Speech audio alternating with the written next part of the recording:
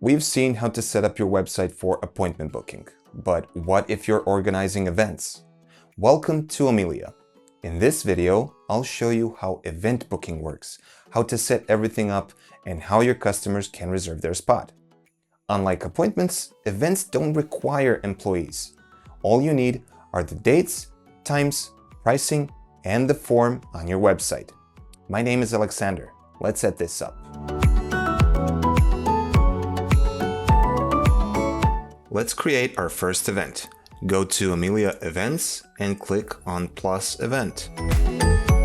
For this example, let's create a men's grooming workshop. Optionally, you can upload an image for the event.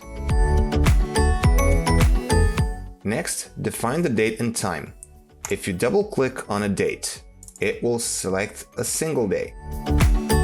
If you click once on the start date and then on the end date, you'll select a range. I'll create a multi-day event, for example, from Friday to Sunday. The time you set here will apply to all selected dates. If you need different times for different days, select one day, define the time, and then click Add Date and repeat the process. This type of setup creates a multi-day event, which means it's one continuous event. Customers who book it are booking all dates and times, similar to a conference or multi-day workshop. By default, booking opens immediately and closes when the event starts. This means customers can start booking right away and booking will automatically close when the event begins. If you disable these options, you can define when booking opens and closes. Until booking opens, the event will still be visible on the front end but marked as upcoming. Opening dates can be set from now until the event starts. Closing dates can be set from the opening date until the end of the event.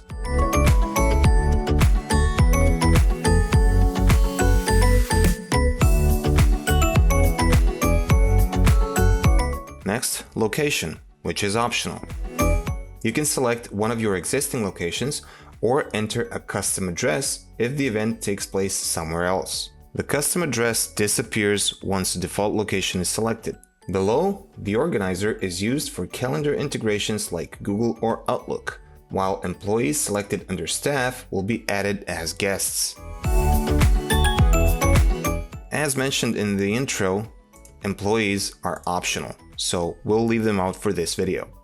Tags help you group events. For example, you can create a workshop tag and use it to display specific events on certain pages. Just enter the name of the tag and hit enter.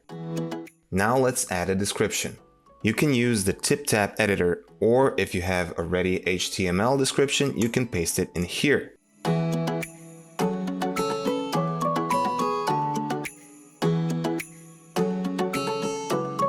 Once that's done, scroll up and go to the Pricing tab.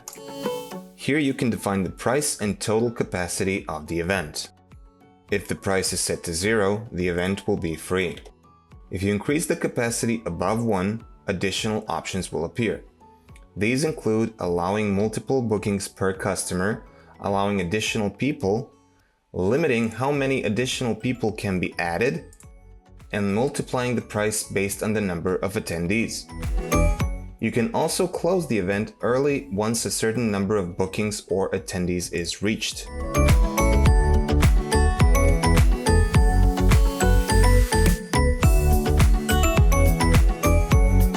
Some advanced features like tickets, QR codes, and waiting lists are also available depending on your license. We'll cover those in separate videos. Next step in the creation of our event is the Recurring tab, but this also needs to be enabled in Features and Integrations. If this feature is not enabled, the Recurring tab won't be showing up here. The Recurring option is different from multi-day events. Recurring events create separate occurrences, each with its own booking. For example, a weekly multi-day workshop that happens every Friday. Customers book a single occurrence, not the entire series.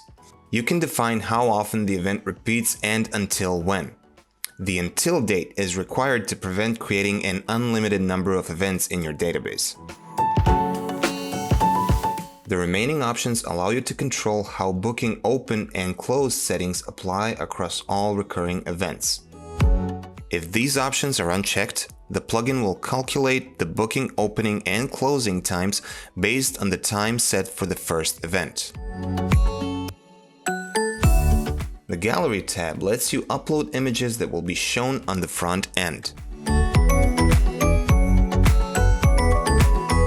And finally, in Settings, you can define cancellation rules, redirect URLs after booking, and payment behavior. Depending on your setup, different payment options may be available. Once everything is configured, click Save. As previously mentioned, recurring events create separate occurrences with different IDs, considered as separate events. Now let's place the event forms on the website. Go to Pages, Add Page, and create a page for the events calendar form, and another page for the events list form. Add the corresponding Amelia blocks to each page, then publish them. When testing, always use an incognito window to ensure you're seeing the customer experience. Here we can see the default events calendar form, and here is the events list form. Since we've defined the opening times of the event in the future, the event shows as upcoming. We can now click on Learn More to see what's included in this event, see the gallery with the photos we uploaded, and see the dates and the times when this event will take place. Let's quickly set the event so booking opens up immediately.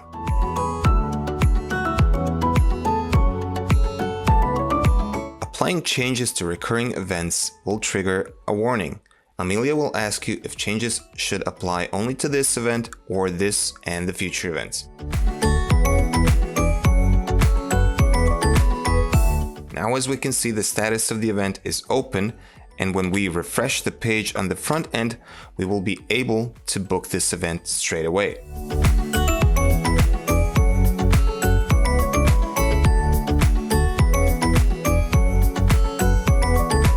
Now let's repeat the process using the calendar view.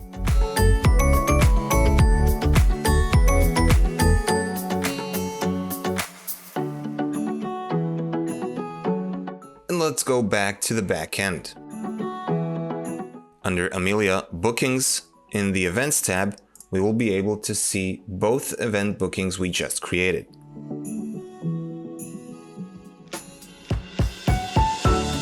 That's it! You now know how to set up event booking and start accepting reservations. There's a lot more to events in Amelia, from tickets to QR codes and advanced settings, and we'll dive into those in the next videos. For now, you're all set to get started. Until next time, happy bookings!